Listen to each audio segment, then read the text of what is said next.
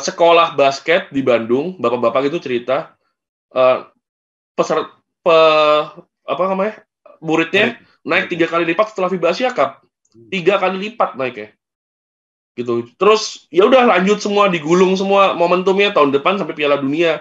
Nah, tapi setelah itu gimana nantinya gitu momentumnya? Kan dari situ udah kita tidak bisa menggantungkan siapa-siapa lagi kecuali ke liga ini sendiri gitu.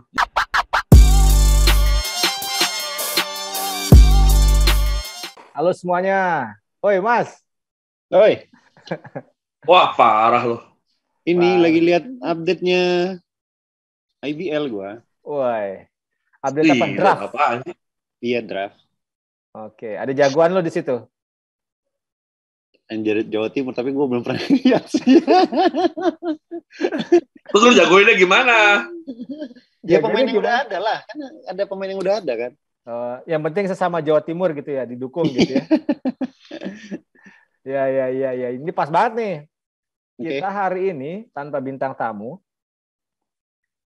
kita akan bahas tentang IBL Draft. Jadi tanggal 26, beberapa waktu yang lalu, 26 sampai 29 September itu ada Rookie Combine.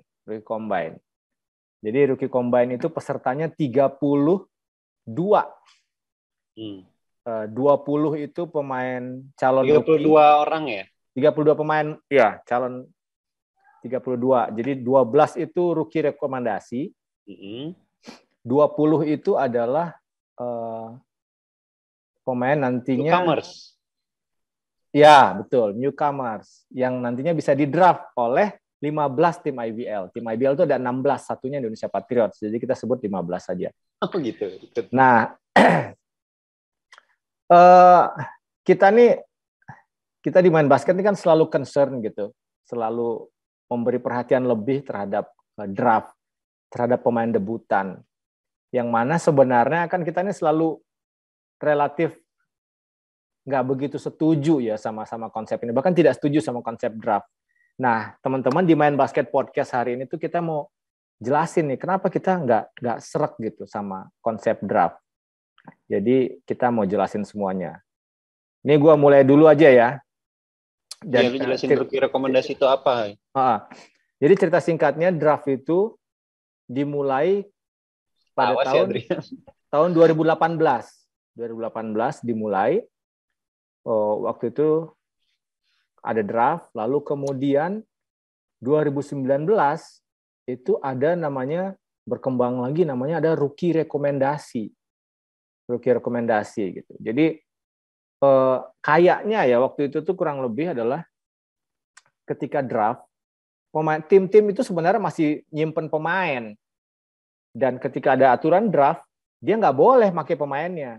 Nah, masih diakomodasi, ya udahlah bolehlah munculin rookie rekomendasi. Terakhir tahun musim lalu 2021 menjelang 2022 itu masih boleh 3 pemain. Yang gue inget tuh ada 3 pemain rookie rekomendasi di bawah sama Pasifik. Terus beberapa tim lain tuh ada yang 3, ada yang 2, ada yang 1. Ya. Ada yang 3 ya, Boy ya? Mentoknya 3 sih mereka. 3 gitu. Tapi maksudnya waktu itu kita agak miss ya, maksudnya aturannya boleh berapa, cuma masing-masing tim itu dari total 8 tim yang ngambil itu hanya 9. Mentoknya 3 orang. Hanya 9 tim ya? 9 tim. 9 ya, tim 9, yang menyodorkan rookie rekomendasi. Nah, di obrolan itu kita pengen ngasih alasan kenapa kita nggak setuju sama sistem draft. Kita tidak setuju sama sistem draft. Nih, gue mulai dulu aja. Kenapa gue nggak setuju sama sistem draft IBL? Karena draft itu sangat mengandalkan kolam atau wadah yang sangat luas dan berkualitas di bawahnya. Yang punya sistem draft yang paling bagus di dunia inilah NBA. NBA itu punya NCAA. Punya NCAA, di mana NCAA itu jauh-jauh hari itu sudah memberi peringkat kepada calon-calon pemain yang masuk NBA itu. Mulai dari yang paling bagus, top 10, top 5 gitu, sampai yang ratusan gitu. Dan sampai orang-orang, gue deklarasi nih, gue mau draft gitu, gue ikutan draft gitu. sampai berlebih nggak kepilih gitu.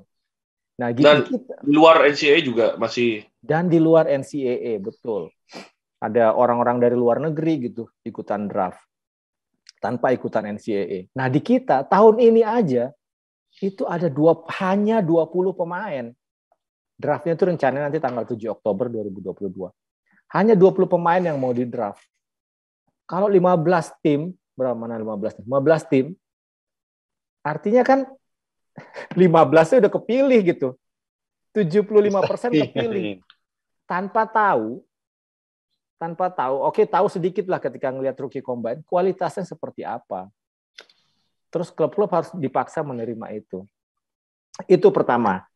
Gue mau tahu lu dari Dimas, gimana menurut lu dengan sistem draft sekarang gitu? Oke nggak, Mas? Kalau yang tahu cuma liga, harusnya sih nggak oke gitu loh. Sedangkan harusnya lagi setiap tim ada tim scouting yang tahu pemain-pemain mana yang layak mereka ambil, ngerti nggak lo? Ya. Tanpa dari situ gitu loh. Dan mereka juga, wah ini anaknya bagus nih, gitu loh. Tapi kalau belum ada namanya, kalau gue taunya pembinaan ya. Ya. Nggak ada pembinaan, terus anaknya disuruh, lu ikut rookie combine deh. Tapi kan belum tentu jadi punya dia nantinya kan? Iya. Nah, kan jadi serba salah. Jadi, tapi gue gini loh. Tapi gue tahu anak-anak ini semuanya pasti pengen main di pro. Pengen main di IBL. Ya, pasti lah punya itu. Cuma, kalau klubnya nggak mau ngambil itu yang bermasalah kan? Iya. Gitu loh. Memang harus, kalau namanya lebih baik sih rookie rekomendasi ya. Kalau menurut gua gitu lebih baik. Iya. Karena yang rekomendasi adalah klub. Iya. Di klub udah tahu kapasitas pemain ini seperti apa, skillnya seperti apa. Iya. Gua lebih setuju itu. Karena tapi gua pasti mikirnya ya semua anak yang ikut rookie ini ya pengen main di pro. Iya. Cuma klub ini tahu nggak kemampuannya. Iya. Itu kan harus terkoneksi lah gitu loh. Jadi kalau klub ini yang nggak taunya pas rookie kombinasi ini, ya tahu pas saat latihannya main dia dulu seperti apa kan itu juga harus ngerti klub. Iya. Kalau gue sebagai manajemen ya di klub pasti gue mikirkan itu gitu loh. Pasti gue kasih tugas ke pelatih. Coach lu tahu nggak pemain ini? Ya, gue tahu. Gue baru lihat. Gue tahu di mana. Jadi rookie kombinasi. Oh gitu ya. Berarti lu nggak tahu dari dulunya dari klub mana, sekolah di mana, mainnya seperti apa gitu loh. Baru taunya pas di situ gitu loh. Gue sih lebih dari dulu ya gue taunya ya pembinaan ya, pemain binaan lebih berkualitas menurut gue. Ya. Adrian gimana menurut lu tentang drive IBL? Dari semualah dari tahun 2018 sampai sekarang gitu. Menarik sih karena kan berbeda ya. Jadi di pertama itu yang ditimbulkan tuh sebenarnya kayak mengundang masyarakat untuk ayo siapa yang mau ikut, siapa yang menurut yang lu semua siapa yang merasa jago ikut ke sini nanti dipilih. Kan pertama gitu. Jadi akhirnya banyak kan yang daftar waktu itu. Ya, yang pertama tuh cukup banyak. Iya, dan maksudnya kan karena nggak ada rookie rekomendasi jadi kayak siapa aja bisa. Waktu itu kalau salah syaratnya minimal 2 tahun kuliah kan Pak. Terus sama harus ada surat dari perbasi mereka gitu atau apa. Umur juga gua agak lupa tapi apa? Umur juga kayaknya ya. Umur enggak. Seingat gua enggak. Soalnya akhirnya ada yang Arfa. 29 tahun gitu. Ada Reza. Ada Reza Arfa. Ya. Tapi waktu itu kayak gitu dan seingat gua waktu itu akhirnya cuma sekarang ya yang bertahan tuh ada 6 pemain. Yang masih ada di liga. 5 atau 6 lupa gua. Tapi yang punya menit bermain reguler dari awal pertama sampai sekarang menurut gue cuma 2, cuma Rizky Agung Pranata sama Samuel Benedict Pamela ya. Diofredo sempat di draftnya sama NSA atau nggak main, terus akhirnya pindah Pasifik baru main gitu. Kemudian di 2019 tuh membingungkan juga karena musim berubah dari awalnya 2018-19 kemudian jadi 2020 aja gitu. Tuh udah pertama inkonsistensi di situ kan. Jadi akhirnya di kelas draftnya ini kelas draft mana 2019 sampai 2020 gitu. Dan di situ baru ada rookie rekomendasi kan. Nah, itu kan waktu kita keluarin berita dulu langsung, wah ini gimana, orang kan publik kayak gitu. Tetap jalan. Ya udahlah ya, it's like always gitu. 2000 bubble pun demikian masih sama juga gitu. Sekarang sama juga, malah akhirnya ujung-ujungnya yang terakhir itu kayak yang round 2, yang second round draft udah gak ada dipilih gitu. Karena udah bawa semua banyak pemain dari rekomendasi. Jadi akhirnya kan jadi sia-sia kayak buang waktu energi aja menurut gua. Kalau yang gua pikirkan di situ aja sih, kayak ya ini ngapain effortnya segede ini bikin rookie combine, apalagi tahun lalu lu datang kan? Ya, gua datang ke rookie combine kan? Yang tahun lalu di datang ke M-High, maksudnya semuanya nggak main-main, mereka diinepin di hotel semuanya, segede itu effortnya, cuma ujung-ujungnya ya akhirnya yang diambil ya orang-orang yang di rookie rekomendasi aja gitu. Jadi kalau menurut gua ya setelah harusnya dievaluasi 4 kali ini ya udah mending nggak usah aja sekalian gitu. Karena energinya orang-orang, apalagi IBL nih yang gua hebat ya menurut gua, bisa gua salut, belum istirahat loh. Ini orang-orang gitu loh. Jadi juara seminggu kemudian 3x3, terus 3x3 per minggu, terus akhirnya draft. Ya kalau draftnya ujungnya cuma buat rookie rekomendasi aja sudah mending nggak usah lah gitu menurut gua. Jadi kayak biar para panitia juga bisa off season juga. Kayak seolah-olah panitia nggak ada off season gitu. Ya. Gue tertarik di sisi ininya sih, di kualitas pemainnya, karena kita tidak dulu itu sebelum ada draft kita tahu begitu ada rookie yang baru main tuh langsung menonjol dan kasih kontribusi kepada timnya. Misalnya Prastawa pertama kali muncul, boom, langsung menonjol. Siapa? Dodo langsung menonjol. Chris Gideon di Garuda, Arki waktu itu juga barengan tuh, Chris sama Arki. Siapa? Febri, wah zaman dulu lagi tuh, Rahmat Febri Utomo. Tahun 90-an itu Febri tuh. Kualitas. Enggak lah, 2000-an kejauhannya. Jebakan usia deh. Terus, banyak sekali. Dulu ada 4 di Garuda juga tuh, gue ingat. Rizal Falconi, Divta Pratama, Candistira Pranityo, terus sama si siapa? Gue lupa itulah. Itu langsung menonjol gitu di musim-musim pertamanya. Terakhir mungkin siapa? Abraham di Stadium. Kalau kita mundur juga dulu tuh ada Hardianus di Hang Tuah, ada Adi Pratama di Hang Tuah. Di Satya Wacana, Kaleb Ramot Gemilang tuh Satya Wacana, jangan lupa. Terus juga Satya Wacana dulu pernah punya pemain namanya Yopi Giai. Nuke. Jadi apa ya? Pola lama itu menurut gue jauh lebih baik daripada draft. Tidak Buktinya ada. Juga jelas kan? Apanya? Buktinya juga ada kan? Buktinya jelas, ada. Dan menurut gue ya, pada saat ini di Indonesia, bahkan mungkin sampai beberapa tahun ke depan, sampai benar-benar Liga Mahasiswanya mapan, tidak ada, gue cetak tebel, garis dimiringin, terus garis bawah, tidak ada entitas atau organisasi yang bisa menghasilkan pemain hebat, siap main di IBL, selain klub-klub itu sendiri, dengan cara pembinaan. Kita punya contoh yang nyata, satu orang yang ada di kita, Dimas Muhari. Dimas Muhari itu dulu pemain microskill, pindah ke Ubaya, masuk ke CLS. Banyak memang definisinya untuk mendefinisikan pemain binaan ini. Tapi dengan cara itu, anak-anak microskill pun sebenarnya nyebar-nyebar, Mas ya.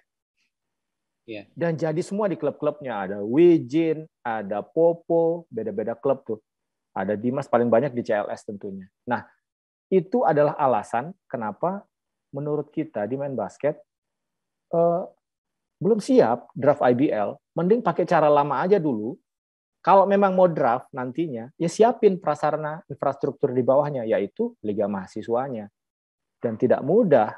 Kenapa? Karena kalau hanya cuma 4 kampus, 5 kampus seperti apa yang terjadi selama ini, ya sama aja bohong gitu. Karena Indonesia kan luas ya, 34 provinsi, banyak sekali gitu. Ada yang mau tambah nggak, Dimas, menurut lo? Atau gini ya, calon-calon rookie ini, calon ya, berarti lu udah harus punya nama gitu loh. Sebelum memulai event ini, lu titipin lah latihan di klub off season.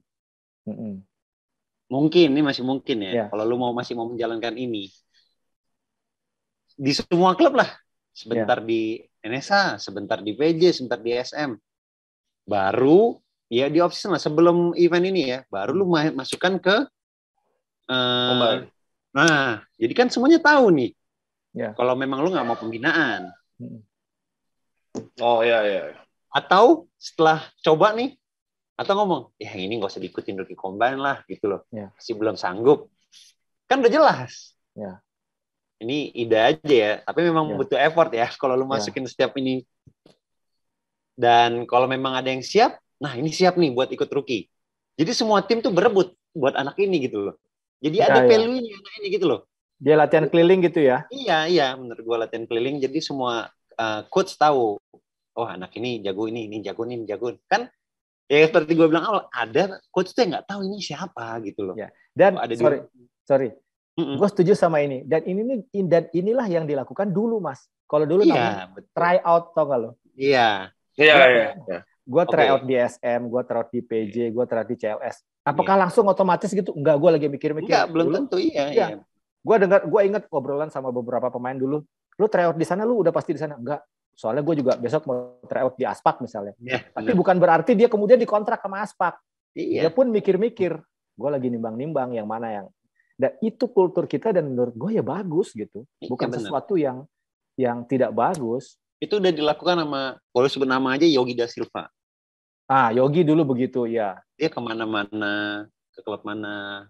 Ya. Akhirnya misalnya dia latihan PJ. Akhirnya latihan di MOBA di mana akhirnya di PJ. Yang mana yang dealingnya lah, yang search-nya yang mana. Jawa tuh awal datang try out. Iya, gitu kemana-mana. Iya. Harusnya lakukan itu sih, tapi memang butuh effort daripada lo lakukan ini gitu loh. Iya. Nah, terus kemudian yang dikhawatirkan itu adalah nanti ngumpul di klub yang tajir gitu. Sebut aja misalnya Satria Muda atau Pelita Jaya atau Prawira. Ujung-ujungnya ke sana gitu. Nah, banyak itu komentar netizen seperti itu. Iya, pasti. Buat gua itu tuh masalah berbeda. Kalau misalnya semua klub punya kekuatan finansial yang sama, fasilitasnya sama, artinya setiap klub juga bisa menawarkan apa yang ditawarkan oleh tim-tim kaya gitu, yang saat ini kaya. Itu tuh masalah yang berbeda menurut gua gitu. Adrian, ada yang ditambahin nggak? Iya, yang juga perlu diubah tuh, yang perlu dipikirkan juga sebenarnya konsep pemaknaan profesional itu ya.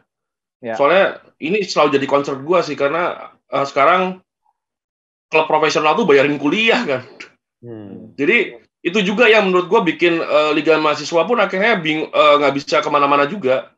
Menurut gue jatuhnya gitu. Jadi ya emang kalau mau profesional, mau jalanin draft ini, ya udah serius gitu. Serius potong tuh omongan pemain. Ya udah binaan tuh belum nggak ada sekalian.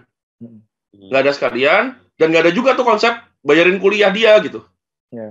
Kuliah ya udah kuliah, so kalian tuh nggak eligible, misalnya gini, akhirnya ABL draft, kalian tuh nggak eligible kalau kalian nggak kuliah gitu.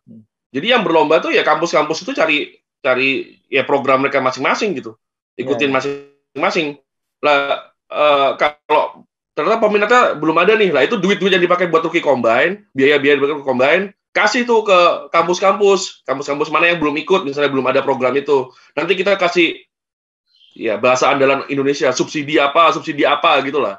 Jadi akhirnya kampusnya juga mau ikut berpartisipasi, anaknya juga, oh iya nih, jangan sampai misalnya kayak dia orang kayak Dimas lah, orang Binjai gitu, harusnya pengennya kuliahnya di Medan gitu, tapi Medannya nggak bisa, nggak ikut, nggak ada dana buat itu gitu, kuliah di situ. Akhirnya ya nyebrang kemana, akhirnya kayak bikin satu tim baru lagi kuat gitu. Ya kalau dia dikasih subsidi kan dia bisa main aja di situ gitu. Jadi akhirnya bener-bener unsur kedaerahan tuh ada banget gitu. Dan itu akhirnya jadi jenjang yang bagus. Kayak dari DBL. Ada kan setiap kota kan ada DBL tuh ada first team. Setiap kota, kecuali kota-kota besar ada first team dan second team. Nah dari kota itu mereka udah ketahuan tuh pemain-pemain jagonya, kan ada nominasinya kan berapa gitu. Katakanlah nominasinya 10 orang yang masuk 5 gitu. Ya 10 ini kan harusnya lanjut aja ke kampus kota mereka gitu kan. Kan pun begitu di luar negeri sebenarnya di sana kan selalu yang di-linkkan sama satu pemain adalah kampus state-nya mereka. Ya. Gitu. Salah satu pertamanya pasti kampus state mereka pasti nyobain karena pendekatan secara domestiknya aja gitu. Nah, itu harus segera ditentukan menurut gua kalau emang mau jalan dengan sistem draft. Jadi tidak ada lagi klub yang bayarin kuliah pemain. Profesional is profesional, university is university, high school is high school. Jadi tidak boleh terikat. Jadi high school dan university harus amatir maksudnya dikasih apa ngomongnya beasiswa ya boleh, tapi ya amatir gitu. Kan sekarang kan membingungkan sekali gitu. Jadi ya pilihannya antara dua, sekalian dihilangin pakai cara lama kita, atau kalau mau ya maksain yang menurut gue ya ini ya harus, soalnya kan sekarang alasannya klub kan apa? Kan gue udah bayarin kuliahnya. Ntar masa dia udah gue hidupin, katakanlah dari lulus SMA sampai lulus kuliah 4 tahun lah paling cepat lah katakanlah 4 tahun, terus hidupnya gue biayain, terus dia main buat tim lain, marah timnya. Ya terus gimana dong gitu? Ya harus dipotong itu. Ya emang harus ada perubahan yang besar dari tubuh. Menurut gue sih call-nya tetap di IBL ya. Terlepas dari nanti kalau pemainnya jelas dari 5, dari DBL, whatsoever, ya mereka tuh nggak bisa, ya mereka menurut gue balik lagi karena kelasnya harusnya masih amatir, ya mereka tuh penyedia partisipasi juga gitu. Ya. Penyedia partisipasi aja dan ya itu harus dapatkan support juga, tapi call-nya lagi-lagi tetap di IBL-nya sendiri mau ngarahinnya kemana gitu. Ya. Pada dasarnya memang balik lagi ke kesiapan di bawahnya ya, bagaimana menyiapkan infrastruktur di bawahnya Liga Mahasiswa. Pun kalau kata Adrian tadi kaitannya sama klub-klub di atasnya, IBL-nya harus dibikin yang bagus gitu. Nah, gue tuh juga sempat berpikir begini, kenapa gue tidak setuju sama draft adalah karena kalau kita ngandelin kampus itu tuh gua tuh atau kita, dan memang ya kenyataannya gitu sulit sekali menemukan pemain-pemain itu bisa langsung siap main di IBL hasil binaan kampus, walaupun itu pun bisa dibantah ternyata setelah gue pikir-pikir. Balik lagi contohnya salah satunya Dimas, kampus dia dulu Ubaya dan Microskill gitu, lalu kemudian juga misalnya yang sudah ada sekarang beberapa kampus UPH, terus apa? UEU Perbanas gitu. Dia ternyata bisa gitu. Nah, tinggal bagaimana mengorganisir ini gitu. Nah, terus ada tambahan lagi yang menarik. Kemarin tuh ada salah satu manajer klub ngirim surat ke gua, tembus dia yang dapat surat dia, terus ngirim surat ke kita bahwa kalau kayak gitu ketahuan dong pelakunya 1 dari 15 atau 15 ya. 1 dari 15. Jadi 150 juta.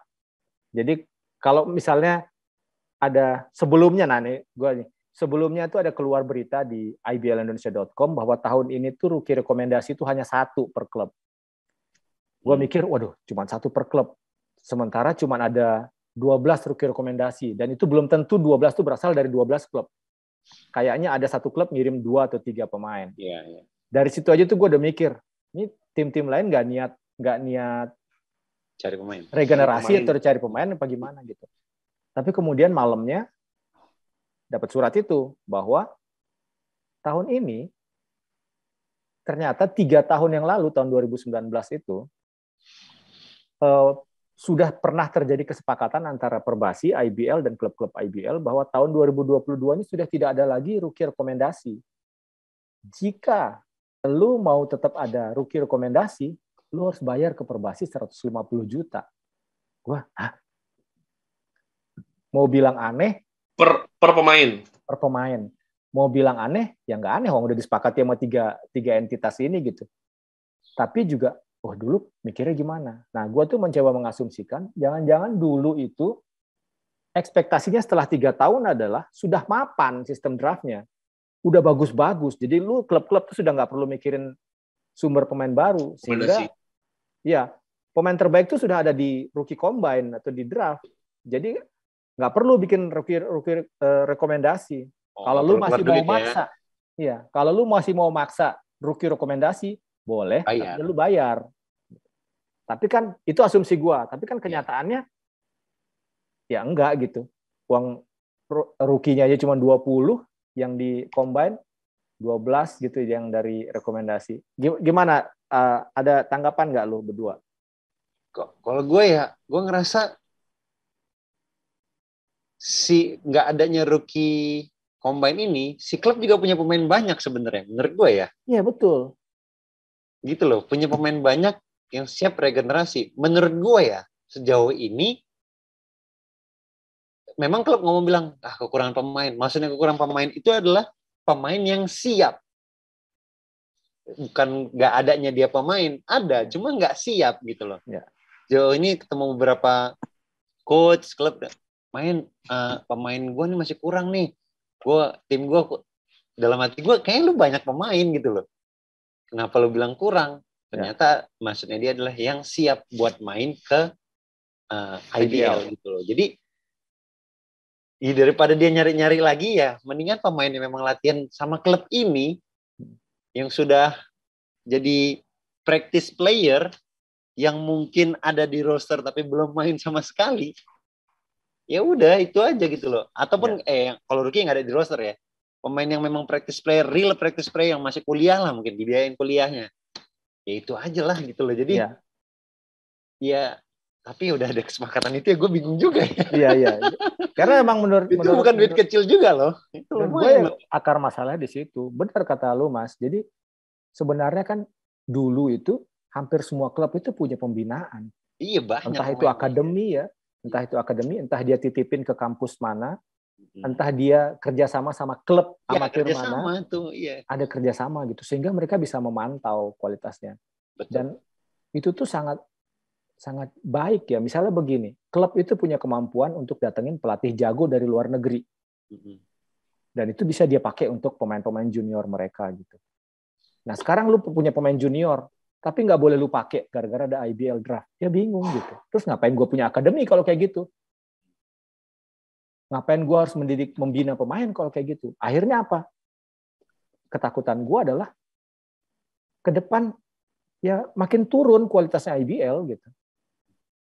Kualitas IBL makin turun, impact-nya atau dampaknya nantinya ke depan juga timnasnya juga akan turun gitu. Itu sebenarnya kenapa kita sangat khawatir sama IBL draft yang belum siap sebenarnya tapi dipaksakan.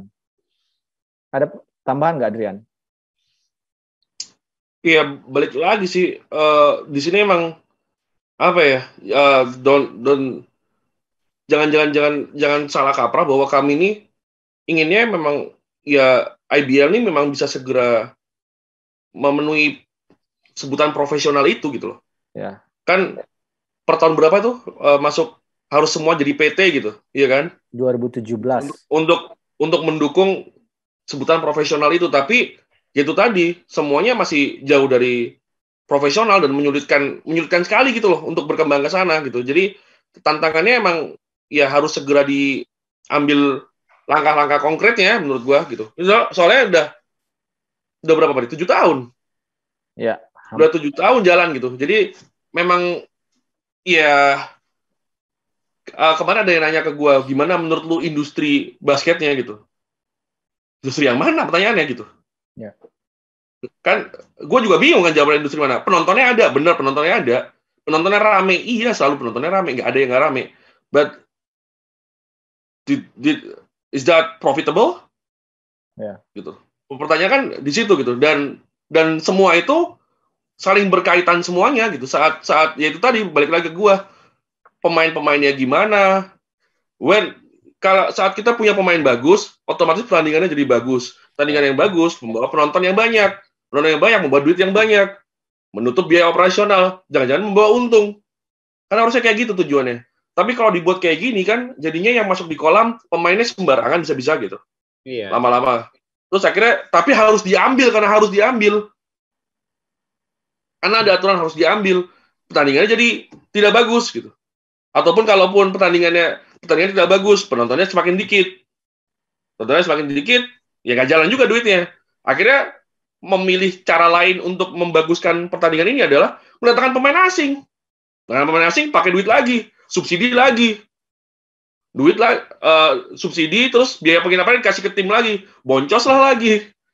Pemain asingnya pun belum tentu langsung mengkerek semuanya gitu. Soalnya secara pengalaman kita pun tidak ada pemain asing yang punya at least field goal percentage tuh di atas 50% gitu.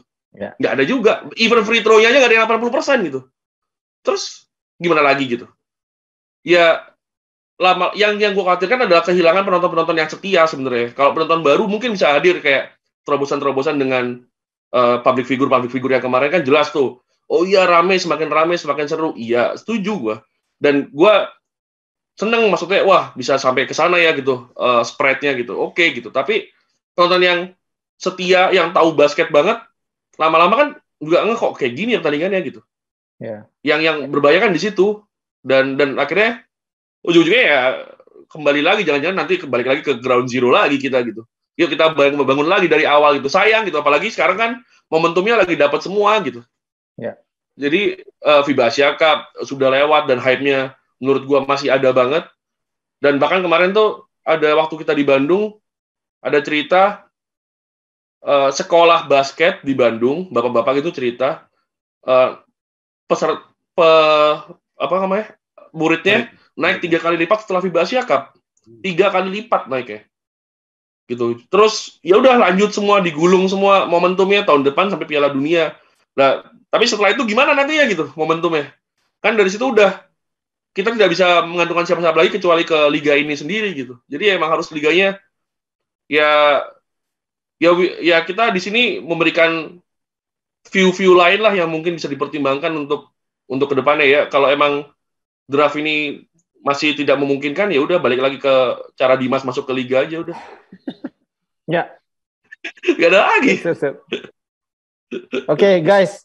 Sebenarnya poin kita itulah. Nanti bisa diteruskan di Instagram, boleh juga komentar di bawah di YouTube ini, Main Basket Podcast. Mas, ada lagi nggak tambahan nggak?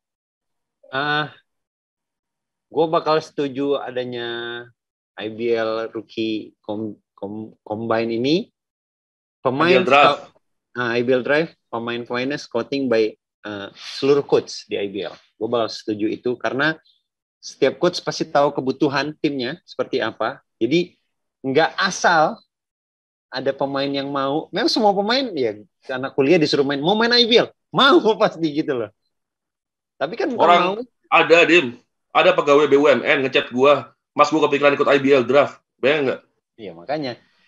Jadi scoutingnya by semua coach tim yang ada di IBL yang tahu pemainnya seperti apa, walaupun bukan binaannya dia ya. Kalau mau nih ya, tahu ya udah ikutin, itu nggak apa-apa. Itu lebih relate lah daripada mendatangkan pemain yang coach yang di setiap klub yang bakal ngambil dia aja nggak tahu gitu loh. Ya. Kalau gue seperti itu. Oke, sip. Oke, mudah-mudahan nanti obrolan ini berkembang ya. Iya. Entah di IBL-nya sendiri. Ya kalau nggak masuk, nggak berkembang, nggak ke sana juga ya terserah sih. Kita seru-seruan sebagai penggemar basket Indonesia gitu. Kita pengen basket kita lebih baik gitu. Dan mudah-mudahan ada ide-ide yang lebih baik daripada apa yang kita pikirkan di sini. Supaya apa ya, momentum demi momentum ini kejadian terus soalnya sejak mulai dari SEA Games, FIBA Asia Cup, terus nanti juga ada Piala Dunia yang diadakan di kita walaupun kita tidak ikut gitu. Gulung terus gitu. Nah, jangan sampai kitanya malah jalannya mundur gitu. Jadi malah tidak in harmoni dengan kemajuan gitu. In harmonia progressio. Jadi itu sih. Itu sih dari kita di Main Basket. Sip. Ya, dan mungkin ini ya, setelah gue hitung-hitung tadi 150 kali 12 ya, 1,8 M. Semoga bisa digunakan juga untuk membantu perkembangan basket di daerah-daerah lah ya. Tapi tujuan di suratnya begitu sih. Suratnya begitu. Jadi uangnya itu diambil sama Perbasi kalau misalnya beneran ada. Memang dilakuin sama klub-klub. Uangnya itu akan dikasih ke Pengda, Pengcap, di mana pemain itu muncul. Gitu tulisan suratnya. Semoga semakin ya benar-benar. Karena karena kan kayaknya kan juga tidak mungkin ini di-cancel kan yang sekarang gitu. Jadi ya sudah, ya itu semoga bisa membantu perkembangan juga basket di sekitar lah gitu. Amin. Tapi kalau di cancel atau enggak bisa aja sih boy, rapat luar biasa atau apa gitu kan. Iya, Kita bisa ya. aja. Iya sih. Iyalah.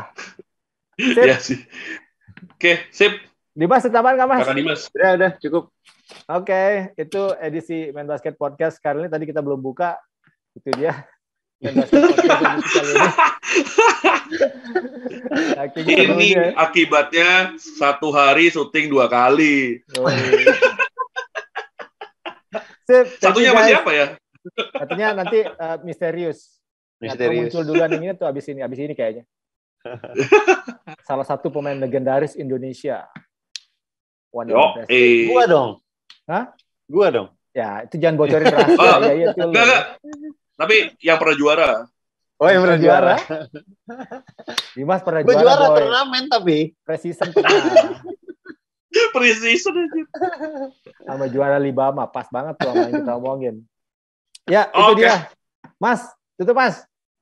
Jangan lupa subscribe channel Main Basket Podcast yang tayangnya kalau mau tahu nyalakan notifikasinya ya. Karena bakal dikasih tahu YouTube kalau ada video terbaru dari kita. Share juga lah. Yang tayangnya terserah MK lah ya. Iya. Jangan lupa komen juga ya.